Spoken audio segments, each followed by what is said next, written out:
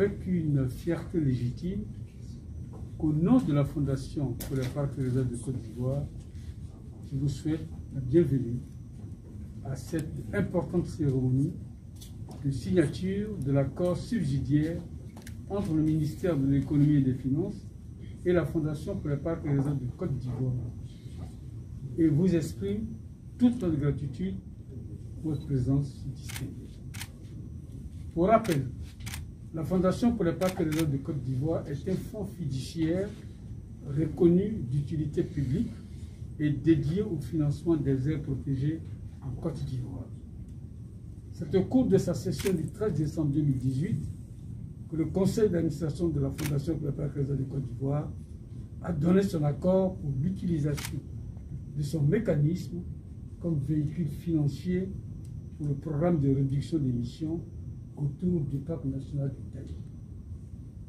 Ce premier contrat d'achat, conclu avec la Banque mondiale, porte sur un volume contractuel estimé à 10 millions de tonnes de carbone au prix unitaire de 5 $ la tonne, soit un total de 50 millions de dollars US.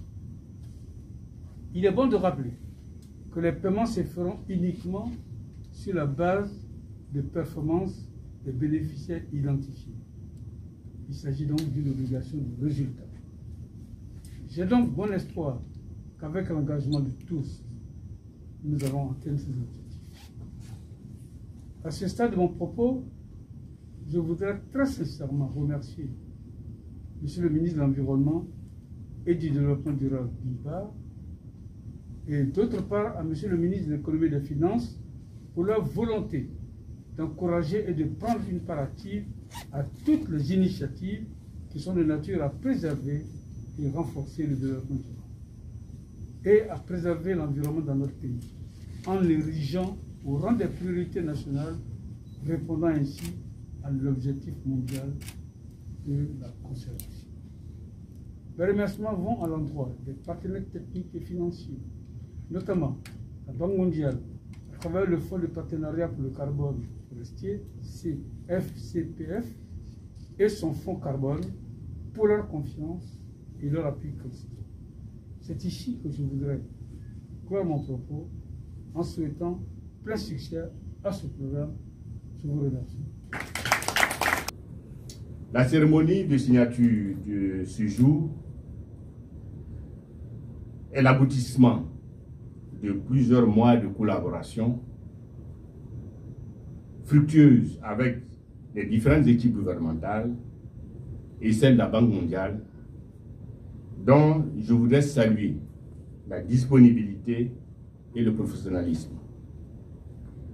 Je voudrais, à cet effet, remercier particulièrement le groupe de la Banque mondiale, qui reste un partenaire privilégié, ainsi que tous ceux qui ont contribué à la matérialisation de cet accord subsidiaire.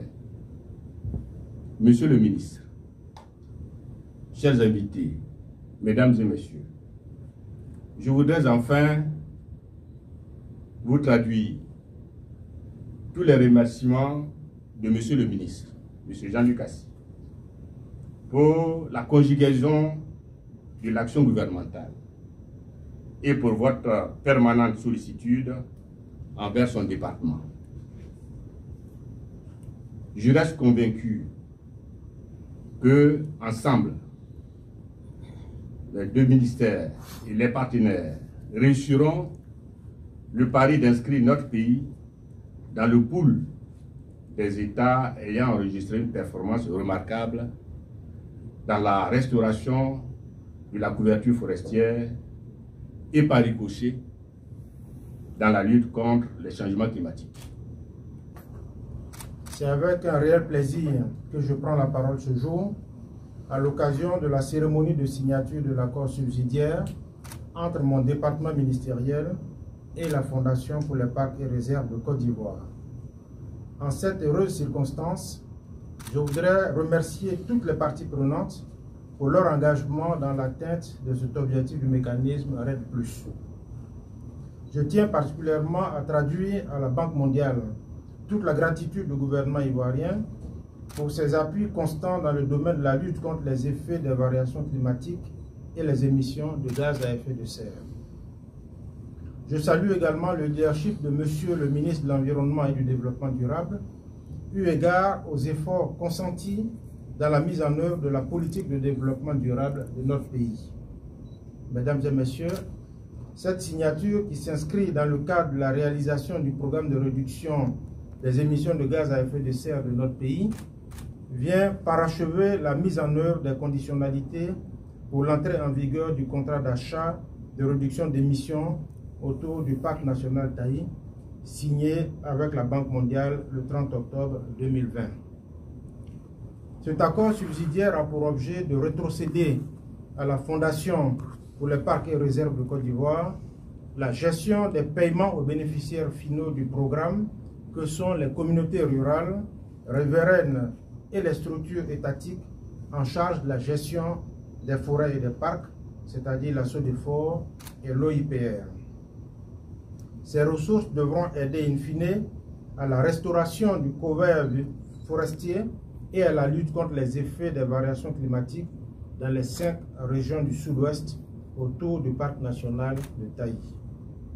Mesdames et messieurs, il importe de relever que l'objectif du programme de réduction d'émissions autour du parc national de Taï est de rétribuer sur une durée de 5 ans, sur la période notamment de 2021 à 2025, les efforts en matière de séquestration du carbone dans le cadre du mécanisme REDD+, à travers notamment les activités de reforestation, de conservation de la biodiversité et d'agroforesterie. L'exclusivité d'achat du carbone sur la période du programme est également concédée au Fonds carbone de la Banque mondiale, conformément aux dispositions du contrat d'achat précité. Quant au paiement des efforts de réduction aux bénéficiaires, il sera effectué par la Fondation pour les parcs et réserves de Côte d'Ivoire selon un manuel de procédure validé, d'accord parti avec la Banque mondiale et sous la supervision de mon département ministériel. Par ailleurs, une contrepartie évaluée à 1,2 milliard de francs CFA est attendue de l'État pour la prise en charge des activités de coordination et de suivi et évaluation du programme. L'exécution du projet est assurée par le secrétariat national du mécanisme REDD+, sous la tutelle technique du ministère de l'Environnement et du Développement durable. À ce titre, cette structure sera chargée d'évaluer annuellement les efforts de réduction en vue du paiement. Aussi convient-il de rappeler que les paiements du programme se feront uniquement sur la base des performances réalisées par les différents acteurs. Cet important programme, il faut le noter, permet aujourd'hui à la Côte d'Ivoire de faire partie des 6 premiers pays à s'engager résolument dans les transactions en carbone avec la Banque mondiale et partant de faire l'expérience des marchés financiers dédiés au carbone. Ce satisfecit ne doit pas nous faire perdre de vue la nécessité de maintenir le cap. C'est pourquoi j'invite chaque acteur à œuvrer résolument dans le sens de l'atteinte de l'objectif commun, à savoir réduire la déforestation et les mécanismes d'émission de gaz à effet de serre autour du parc national de Taï. Et c'est sur cet appel que je voudrais clore mon propos en réitérant mes remerciements à l'endroit de la Banque mondiale pour son appui constant et en sollicitant la compréhension de tous les acteurs pour la mise en œuvre réussie de ce programme. Je vous remercie. Alors, donc, il faut juste dire que la Côte d'Ivoire a adhéré au mécanisme international de réduction des émissions de gaz à effet de serre, liées donc à la déforestation et la dégradation de la forêt qu'on appelle avec comme acronyme REDD+. Alors, c'est un mécanisme international qui encourage donc les pays à reverdir leur capital naturel de manière donc à capter le carbone.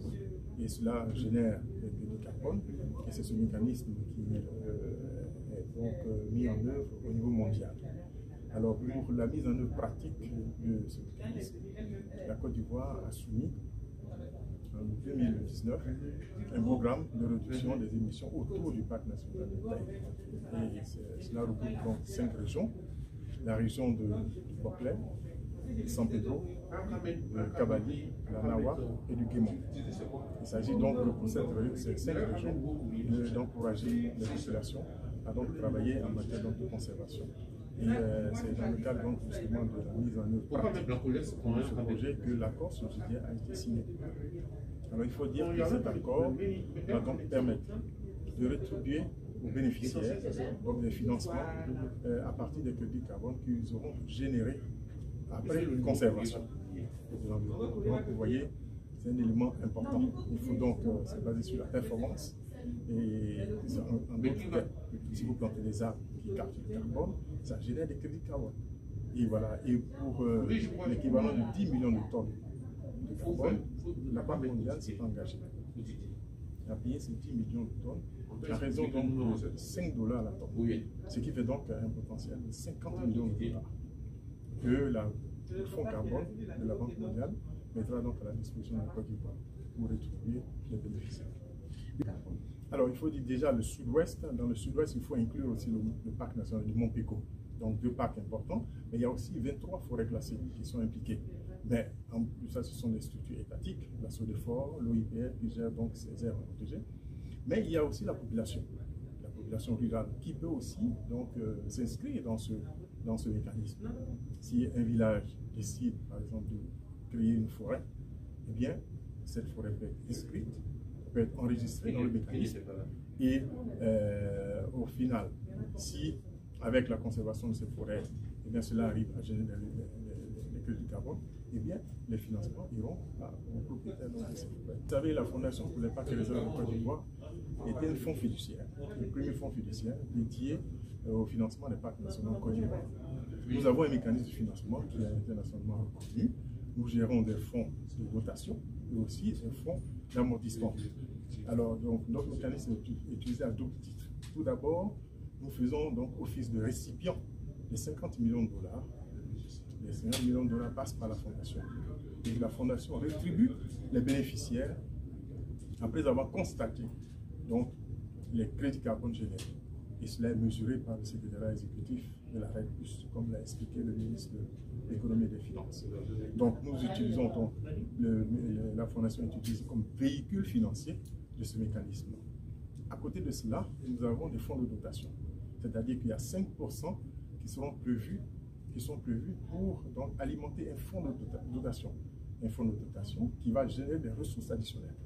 De telle sorte qu'après la fin du projet, nous aurons encore des ressources disponibles pour pérenniser le mécanisme. C'est là la valeur ajoutée de la Fondation pour les parcs et réserves. Merci beaucoup. Je vous remercie.